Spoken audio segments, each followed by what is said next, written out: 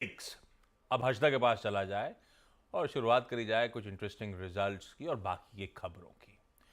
Lupin के साथ शुरुआत कर रहा हूं, और क्योंकि फार्मा आपके रडार पे, सतपुते साहब आप ल्यूपिन का चार्ट भी प्लीज रेडी रखना। क्या मूव्स आ रहे हैं, कितना और दमखम नजर आता है ये आपसे जान लेंगे। हर्षदा, लेकिन नंबर्स कैसे? आशीष, वैसे अगर देखें तो एक्सपेक्टेशन से थोड़ा सा मिस लग रहा था, स्पेशली रेवेन्यू फ्रंट पर, लेकिन प्रॉफिटेबिलिटी के साथ शुरुआत करेंगे, जहां पर हमने देखा है एक एडजस्टेड प्रॉफिट के फिगर पर ज्यादा फोकस करना है। तो 52% बढ़कर इनफैक्ट मुनाफा आया है। एडजस्टेड प्रॉफिट इनका 550 करोड़ पर है। कंपनी ने करीब 201 करोड़ का इम्पेयरमेंट रिकग्नाइज किया है कुछ टैंजिबल एसेट्स के अकाउंट पर। उस लिहाज से अगर आप देखेंगे तो एडजस्टेड प्रॉफिट 550 करोड़ के आसपास का। अब देखिए रेवेन्यू का फिगर 12% तक की ग्रोथ है, 4,960 करोड़ का ये फिगर आया है। एक्सपेक्टेशन थी 5,000 के ऊपर निकलेगा, वहां पर एक हल्का सा मिस जरूर है।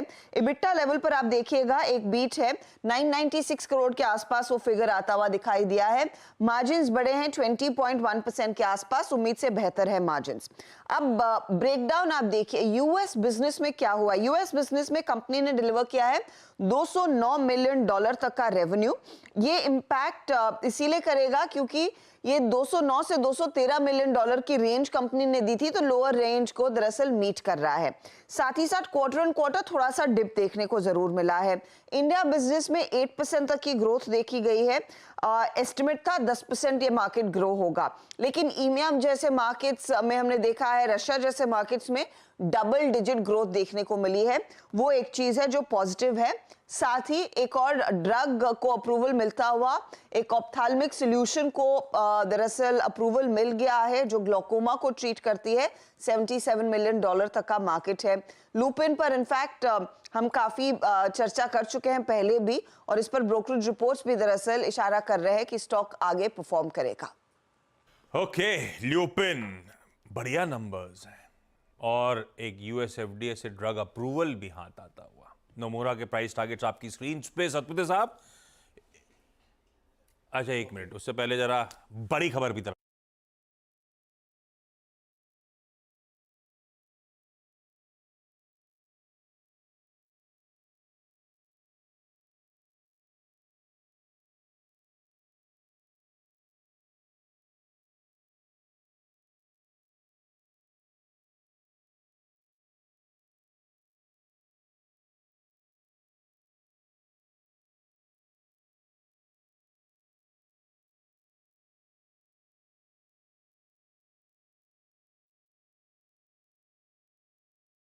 इसका फ्यूचर में कल का क्लोज है, और आज मुझे लगता है 1685 और 1700 और 1700, ये इसका एक आप कह सकते हैं कि सप्लाई जोन है। अगर ये जोन पार करता है, जो कि जिसके चांसेस बहुत ज्यादा है, खुलते ही मुझे लगता है इस सप्लाई के ऊपर खुलेगा, तो कम से कम 150 पॉइंट्स का, क्योंकि ये चैनल है, फॉलिंग चैनल है, 150 पॉइंट का यहाँ पे टारगेट अनफोल्ड होता है। तो 1840 ये इसका पोजिशनल टारगेट होगा। रही बात स्विंग ट्रेडिंग की, तो 1740 1750 तक का पहला टारगेट होगा। So Lupin is a clear cut buy. In fact और एक चीज ऐड करूंगा, कल इसमें यहाँ पे ओपन इंटरेस्ट बहुत अच्छी तरह से बढ़ा था, 8% जंप था, तो it's a buy in Lupin.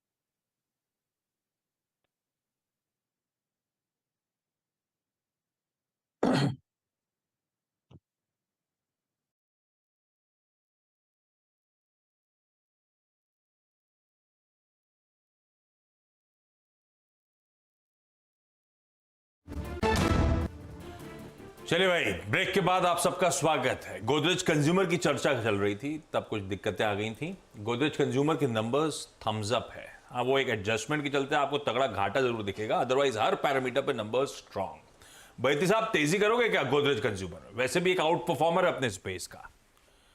Ji Ashish ji, setup अच्छा बना हुआ है चार्ट्स पे, और कंटिन्यूअसली आई थिंक मिड अप्रैल से ही हायर हाइज के पैटर्न्स इसमें बन रहे हैं। कल फ्लैट जरूर क्लोज हुआ और वो पॉजिटिव रहा है स्टॉक के लिए। हमें लग रहा है कि इसमें आज शायद 1290 तक के भी लेवल्स देखने मिल सकते हैं, तो खरीदारी की ही सलाह रहेगी इसमें। जो स्टॉप लॉस इसमें मेंटेन करना है वो 1230 का एक एसएल मेंटेन करके पोजीशन खरीदारी की तरफ बनाई जा सकती है। तीसरा वायदा का नंबर है गुजरात गैस, जिस पे मानस ने ऑलरेडी एक फोनर जुड़ गया।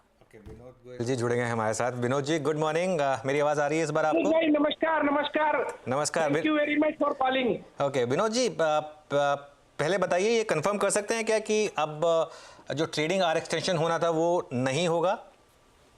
नहीं, ये तो अभी सेबी का न्यूज मेरे को अभी आया है व्हाट्सएप में, तो मैंने पढ़ा है। तो सेबी ने कारण बताया है कि अभी इसका एक्सटेंशन नहीं कर रहे हैं। उसमें डिटेल में मैं नहीं गया हूं, लेकिन हमारे एसोसिएशन में जो हमने उस समय एक व्यू लिया था एक्सटेंशन का, वो हम लोगों ने सारे आपस में सलाह करके किया था, क्योंकि वो खाली इंडेक्स फ्यूचर के लिए हो रहा था। और उसमें भी हमारी कंडीशन थी कि अगर बैंकों का और इनका जो इंफ्रास्ट्रक्चर है वो मैच करना चाहिए, नहीं तो उसमें अगर लेट आवर्स में कहीं कोई प्रॉब्लम आई तो हम किसको कांटेक्ट करेंगे। ओके, तो अभी आपका प्रपोजल सिर्फ इंडेक्स फ्यूचर्स के लिए था, स्टॉक्स के लिए नहीं था पहले भी? हाँ, तो सर हमारा तो यही स्टेंस है कि हमारे मेंबर्स की जैसी इच्छा होती है उसके अनुसार हम अपना व्यू देते हैं। तो उस समय हमारे मेंबर्स ने जैसा हमको बोला था कि ठीक है हम राजी हैं एक्सटेंशन करने के लिए। अब ये आया है सेबी का कि भाई अभी टाइम राइट नहीं है, यानी उनको ये समझ में आया होगा कि भाई वो इंफ्रास्ट्रक्चर वगैरह अभी हमारा पूरा इन प्लेस नहीं है और वो टाइम राइट नहीं है। तो हमें ये भी स्वीकार है, हमें कोई दिक्कत नहीं है। ऐसा हो सकता है क्या कि एनमी ने भले ही हाँ बोला हो, लेकिन छोटे ब्रोकर्स ने कंसर्न बताई हो सेबी को कि शायद बड़े ब्रोकर्स तैयार हैं लेकिन छोटे ब्रोकर्स के पास अभी भी वो इंफ्रास्ट्रक्चर नहीं है उस चीज को इंप्लीमेंट करने के लिए? नहीं, वो चीज तो शाश्वत है, वो तो आज नहीं तो कल भी रहेगी, परसों भी रहेगी, उसकी कोई बात नहीं है। लेकिन क्या है कि एक सर्वसम्मति बनाई जाती है कि भाई व्यापारिक लोग हैं तो व्यापार में अगर बढ़ता है और अगर एक्सचेंज है और सेबी हमारा रेगुलेटर है वो चाहते हैं तो हम लोग अपने को उसके अनुसार ढालेंगे। उस समय वो एक स्वीकृति बनाई गई थी और हमारा उसमें हम लोग गोइंग बैक नहीं है। लेकिन हम ये कह रहे हैं कि आज सेबी ने जब ये डाला कि साहब हमें नहीं दे रहे हैं सैंक्शन, तो उन्होंने कंसीडर किया होगा ना कि वो जो हमने असुविधाएं बताई थी वो असुविधाओं का निराकरण नहीं हुआ, इसलिए हम नहीं एक्सटेंशन कर रहे हैं, तो हम उसके लिए भी तैयार है। वो बात मैं समझ गया आपकी। तो लेकिन अभी के लिए माना जाए कि अभी के लिए प्रस्ताव ठंडे बस्ते में चला गया और अब दोबारा रिविजिट होने में टाइम लगेगा इसको? हाँ जी। तो एटलीस्ट अगले 1-1.5 साल के लिए मान लें कि अब ये बैक बर्नर पर रहेगा इशू, अब ट्रेडिंग टाइम वही रहने वाला है 3:30 तक का ही? हाँ, अभी तो जो ऐसा सेबी का ही आया है न्यूज तो ये तो वही रहेगा। ठीक है। नेचुरली। और आपकी तरफ से क्या दोबारा प्रपोजल जाएगा, कोई टाइम गैप होगा उसके बाद प्रपोजल जाएगा कि दोबारा सर्वसम्मति बनी है यहाँ पर? अगर प्रपोजल आता है उस समय क्या वो लिखते हैं, क्या उन्होंने हमारे शंकाओं का निराकरण किया है, तो उस समय फिर हम लोग बैठेंगे, हमारे जो बोर्ड ऑफ डायरेक्टर्स है उसमें हम लोग एक डिसीजन लेंगे सर्वसम्मति से। नहीं, लेकिन विनोद जी इसमें इशू ये था कि बहुत लोगों का ये मानना था कि कैश की ट्रेडिंग नहीं बढ़नी चाहिए थी लेकिन सिर्फ इंडेक्स फ्यूचर्स बढ़ सकता था। क्या आपको लगता है कि वो अभी भी इंटैक्ट है? जिस तरीके से गिफ्ट निफ्टी ट्रेड करता है उसी तरीके से डोमेस्टिक ट्रेडर्स को भी एटलीस्ट इंडेक्स फ्यूचर ट्रेडिंग करने का मौका मिलना चाहिए? नहीं, मिलना चाहिए। तो उसके साथ और भी तो एसोसिएटेड कंडीशंस है ना कि आपका इंफ्रास्ट्रक्चर बैंकिंग का और उसका सब इन प्लेस रहना चाहिए, तो वो शायद इन लोगों को लगा कि नहीं हो पा रहा है। नहीं, लेकिन बैंकिंग इंफ्रास्ट्रक्चर में अभी आज की डेट में क्या दिक्कत है जब सब कुछ डिजिटल है? तो सर डिजिटल की आप बात कर रहे हो अनुज जी, प्रैक्टिकल में हमारे मेंबर्स का रोज रहता है कि वो फाइल मार्जिन फाइल नहीं आई, ये नहीं आई, वो नहीं आई, इशूज तो रहते ही हैं, टेक्निकल इशूज भी रहते हैं, तो वो अपनी जगह है। अगर सब चीज ठीक है तो उसके अनुसार हम लोगों ने जो कहा था उस समय, तो हम लोग उसके लिए उस समय भी राजी थे। और आज अगर ये कह रहे नहीं है तो अभी हमें कोई दिक्कत नहीं है, हमारे को इससे कोई फर्क नहीं पड़ रहा है अभी आज के दिन। अगर फिर शुरू होगा तो फिर उस समय की कंडीशन के अनुसार हम उसको बोल सकते हैं कि भाई लागू किया जाए। एनमी के ज्यादा, मतलब आपने बोला कि सर्वसम्मति शायद नहीं बनी हो, आपके खुद के जो ब्रोकर मेंबर्स थे उनमें से कितने लोग तैयार थे ट्रेडिंग एक्सटेंशन के लिए और कितने लोग तैयार नहीं थे? वो संख्या अभी पता नहीं है, लेकिन जो भी हमने आपस में बातचीत करके जो बोला था वो बताया था। ऐसा कोई नहीं है कि कितने तैयार है। अब 900 मेंबर चारों तरफ पूरे भारतवर्ष में फैले हुए हैं, हाँ। इसमें हम कैसे बताएं आपको? नहीं, क्योंकि तो कोई ऐसा कोई ये जनमत संग्रह वाला हिसाब तो है नहीं, नहीं। जनमत संग्रह की तो बात नहीं है, लेकिन क्योंकि मैं खुद काफी जगह पर जाता रहता हूं जहां पर काफी ब्रोकर्स आते हैं, जो मुझे फीडबैक मिलता था कि मेजॉरिटी तैयार नहीं थी। तो उसमें क्या मतलब सेबी को भी क्या यही फीडबैक मिला हुआ कि मेजॉरिटी एक्चुअली तैयार नहीं है? जो आपको फीडबैक मिला वो आपकी जगह सही था, उसीलिए हो सकता है, क्योंकि सेबी भी तो अपने उसका भी तो अपना एक तंत्र है जहां से वो समाचार लेती रहती है, और या जब प्रपोजल था एनएसी का उन्होंने नहीं दिया, तो अब हम क्या कर सकते हैं बताइए। चलिए, एक आशीष भी आपसे सवाल पूछना चाहते हैं। सारी बात तो आपने बड़े तरीके से कर ली, समझ गया मैं। पर विनोद जी, ये जो खबर आई है कि फैसला टल गया है, ये बताओ आप खुश हो कि अपसेट हो? नहीं, हम तो सर हर स्थिति में खुश है। हमारा रेगुलेटर जैसे बोलता है, हमारा एक्शन जैसे बोलता है, हम तो उसके अनुसार चलते हैं। हमें इसमें खुशी ना खुशी की कोई बात नहीं है।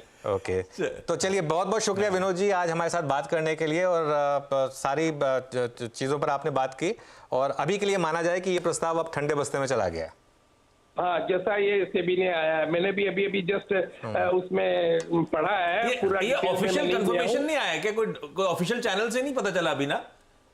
नहीं, ये हमारे एनमी मेंबर्स में व्हाट्सएप में किसी ने वो कोई न्यूज़पेपर की कटिंग से दिया है, हमारे को कोई कम्युनिकेशन नहीं था। और मैं भी जो अभी मैं जैसे ही आपका फोन आया वो देखा हूँ, तो ये जो मैं आपको प्रतिक्रिया दे रहा हूँ ये भी उसके ऊपर दे रहा है। अगर उसके अंदर ज्यादा डीप में जाने पे अगर कुछ बातें निकलती हैं तो फिर उसके अनुसार एक अलग से फिर उसका व्यू बनाया जाएगा। ऑल राइट विनोद जी, बहुत बहुत शुक्रिया, और सुबह सुबह आपने एक हमारे लिए तो एटलीस्ट एक अच्छी खबर दी। हम तो खुश हैं, हम ये बात कह सकते हैं। अब क्योंकि वो थोड़ी सी दिक्कतें थोड़ी सी बढ़ जाती है हमारे लिए, लेकिन थैंक यू सो मच आज हमारे साथ जुड़े आप, और ये पूरे की पूरे मामले को आपने क्लैरिफाई किया। तो बिल्कुल, तो अब देखिए, अब एक चीज़ क्लियर हो गई है आशीष कि अभी कुछ टाइम के लिए अब आप उसको ठंडे बस्ते में डाल दीजिए। हाँ, परफेक्ट है। चलिए, अब बहुत सारे रिजल्ट्स कवर करने थे। अब गुजरात गैस पे जा रहा था, अब एक काम करें, सारे रिजल्ट्स की मैपिंग कर लेते हैं। अच्छा, गुजरात गैस सबसे इंटरेस्टिंग है क्योंकि मेरे लिए कंफ्यूजन है। दिख तो अच्छे रहे थे, एक ब्रोकर ने सुबह सुबह आगे कहा कि खराब लग रहे हैं। नंबर्स हैं कैसे, अदरवाइज बाकी कौन कौन से रिजल्ट्स? अब मुझे भी दिक्कत रहे हैं आशीष, अब वो ब्रोकरेज रिपोर्ट डिटेल में पढ़नी पड़ेगी। प्रॉफिटेबिलिटी में 86% का इजाफा है, ये इनफैक्ट 409 करोड़ पर आया। रेवेन्यू 5% बढ़ा है, साथ ही एबिटा में 47% से ज्यादा की ग्रोथ है, और मार्जिन्स एक्सपेक्टेशन 13% का था, मार्जिन्स आए हैं करीब 14.3%। नंबर्स वैसे अच्छे दिख रहे हैं। अच्छा, अब नॉवलिस के नंबर्स आए तो उस लिहाज से आप हिंडाल्को रेडार पर रखेंगे। नॉवलिस के केस में प्रॉफिटेबिलिटी 6% बढ़ी है, हालांकि रेवेन्यू घटा है। Net income excluding special items में करीब 2% तक की वृद्धि देखने को मिल रही है। सीजी पावर रेडार पर रखेंगे, प्रॉफिटेबिलिटी में करीब 45% तक की गिरावट है, 234 करोड़ का ये फिगर आया है। रेवेन्यू हालांकि बढ़ा है, 15% बढ़कर आता हुआ, और एबिटा में 3% की ही ग्रोथ है। मार्जिन्स करीब 150 बेसिस पॉइंट करेक्ट होते हुए दिखाई दिए हैं। इंडस्ट्रियल सेगमेंट में सेल्स में करीब 5% का पिकअप है, लेकिन यहां पर मार्जिन्स कम है। पावर सिस्टम बिजनेस ज्यादा बेहतर कर रहा है, वहां पर 39% तक की ग्रोथ सेल्स में देखने को मिली है, और मार्जिन्स अच्छे खासे बढ़ते हुए दिखाई दिए हैं। अब आते हैं गुड बैड अगली पर। तो ज्यादा खराब नंबर्स में आप रूट मोबाइल, गुजरात फ्लोरो और डीसीएम को डालेंगे। डीसीएम श्रीराम, वो टेबल सामने आ जाएगा। रूट मोबाइल के केस में प्रॉफिटेबिलिटी में दबाव देखने को मिला है, एबिटा में दबाव है, आय इनकी बहुत मामूली सी बड़ी है। ये अच्छे नतीजे हैं। हैप्पीएस्ट माइंड का परफॉर्मेंस अच्छा है। Arvind smart spaces, Selan exploration, Allsec technologies ये अच्छी कैटेगरी में डाले हैं। लेकिन खराब नंबर्स भी आपके सामने आएंगे, जिसमें 3 कंपनियों पर ज्यादा रिएक्शन आएगा, रूट मोबाइल, गुजरात फ्लोरो और साथ ही साथ डीसीएम श्रीराम। इन्होंने किया है डिसअपॉइंट। 2 स्टॉक्स आप रेडार पर रखेंगे, और Muthoot micro finance performance decent है, ब्याज से आय 49% बढ़ी है, प्रॉफिटेबिलिटी में अच्छा खासा इजाफा है 26% का, डिस्पर्सल्स में पिकअप है, और मार्जिन 13.5% पर है। एचपीसीएल, बीपीसीएल दोनों की बोर्ड बैठक कोइंसिडेंटली 9 मई यानी कि परसों है, और नंबर्स के साथ साथ बोनस पर दोनों कंपनियां विचार करेंगी। तो ये दोनों स्टॉक्स आज इंपॉर्टेंट हैं। रखिए सारे स्टॉक्स रेडार पे। ये जो एनएससी ने अपडेट दिया है, ये बड़े ब्रोकर्स के लिए खराब खबर है, क्योंकि वो अच्छा खासा मार्केट शेयर रेस्ट कर सकते थे। पालविया साहब का अपसेट फेस आपको आपकी स्क्रीन पे नजर आएगा हमारे साथ पैनल में जुड़ते हुए। पालविया साहब, आज का preferred top call. Good morning Ashish ji, good morning everyone. So देखिए, अब ये न्यूज अच्छी भी है और खराब भी है, दोनों ही है। बिजनेस पॉइंट ऑफ व्यू से तो देखिए बिजनेस जरूर बढ़ता है इससे, लेकिन वर्किंग आवर्स बढ़ते तो वर्कलोड भी सबका बढ़ता, और आई थिंक उसको इम्प्लीमेंट करना भी थोड़ा सा टफ ही था अगर ये वर्किंग आवर्स बढ़ते और ट्रेडिंग आवर्स बढ़ते तो। आज का जो स्टॉक हमें पसंद आ रहा है वो है अशोक लीलैंड। अशोक लीलैंड में देखें तो ओवरऑल स्ट्रक्चर यहाँ पे बुलिश है, और हमें लगता है जिस तरीके से ऑटोमोबाइल स्पेस में एक मोमेंटम बना हुआ है, यहाँ पे हमें लगता है अशोक लीलैंड जिस तरीके से 200 के ऊपर ही सस्टेन होते हुए दिख रहा है। जो ब्रेकआउट यहाँ पे डेली वीकली टाइम फ्रेम पे ऑलरेडी यहाँ पे बनते हुए दिखे, हमें लगता है यहाँ पे बाइंग इंटरेस्ट बनते हुए दिख सकता है। अशोक लीलैंड के अपसाइड के टारगेट एक्सपेक्ट कर रहे हैं 210 से लेके 212 तक के। करंट लेवल से स्टॉप लॉस जो रखना होगा वो करीब होगा 197 के आसपास। अशोक लेलैंड गजब का मूव ये स्टॉक डिलीवर कर रहा है। पालिया साहब का आज का प्रिफर्ड पिक। क्विकली आज के इलेक्शन सिलेक्शन की बारी। इलेक्शन रिलेटेड तड़का तो है ही। फेज 3 की आज पोलिंग अंडरवे है एज वी स्पीक। तो गौरांग और मानस के पास चलना है, उनसे जानना है उनकी बेहतरीन आइडियाज। गौरांग सर, पहले आपके पास इलेक्शन सिलेक्शन में क्या चुन के लाए सर? तो आशीष, हमने 2 हफ्ते पहले शायद एक कंपनी का जिक्र किया था रक्षा क्षेत्र की, जो कि भारतीय नौसेना को बहुत बड़ी सहायता कर रही है, वो कोचिन शिपयार्ड। और ये करेक्शन भी आया है, उसी पर हम दोबारा राय देना चाहेंगे निवेश के लिए। और जो हमने तभी लक्ष्य बताए थे करीबन 1400 के आसपास के, वो बहुत ही करीब के और साधारण लक्ष्यांक है। जिस प्रकार की ऑर्डर बुक है और आने वाले समय में इंडिजिनस एयरक्राफ्ट बनाने की बात कर रहे हैं, हमारे पास ऑलरेडी भारतीय नौसेना के पास 2 इंडिजिनस एयरक्राफ्ट कैरियर्स है, तीसरा के ऑर्डर बहुत जल्द मिल जाएंगे कोचिन शिपयार्ड को। तो ये करेक्शन आया है, तो दोबारा हम कोचिन शिपयार्ड पर ही जोर देना चाहेंगे और वहां पर निवेश की राय देंगे। 1400 का बहुत ही न्यूनतम और नजदीक का लक्ष्यांक है। कोचिन शिपयार्ड। क्विकली मानस से जान लिया जाए। मानस, आपका प्रिफर्ड पोजिशनल पिक? तो देखिए, मेरा जो पोजिशनल पिक है वो अशोक लेलैंड है, जो अभी पालबिया जी ने भी डिस्कस किया। यहाँ पर अगर हम लॉन्ग टर्म चार्ट पे देखें तो काफी समय के बाद, करीब करीब 8 मंथ के कंसोलिडेशन के बाद हमें ब्रेकआउट देखने को मिला है। मंथली चार्ट पे हम इसे फ्लैग पैटर्न की तरह देखेंगे, तो कम से कम 230 के टारगेट के लिए आप खरीदारी कर सकते हैं पोजिशनल बेसिस पे, और आपके स्टॉप लॉसेस 184 के रहेंगे। बहुत बढ़िया। कोचिन शिपयार्ड और अशोक लेलैंड रखिए रडार पे। गावस्कर का कन्विक्शन अशोक लेलैंड पे बढ़िया पे ऑफ करता हुआ। खैर, मुनाफे की तैयारी समेट रहा हूं। शुरुआत पहला सौदा है।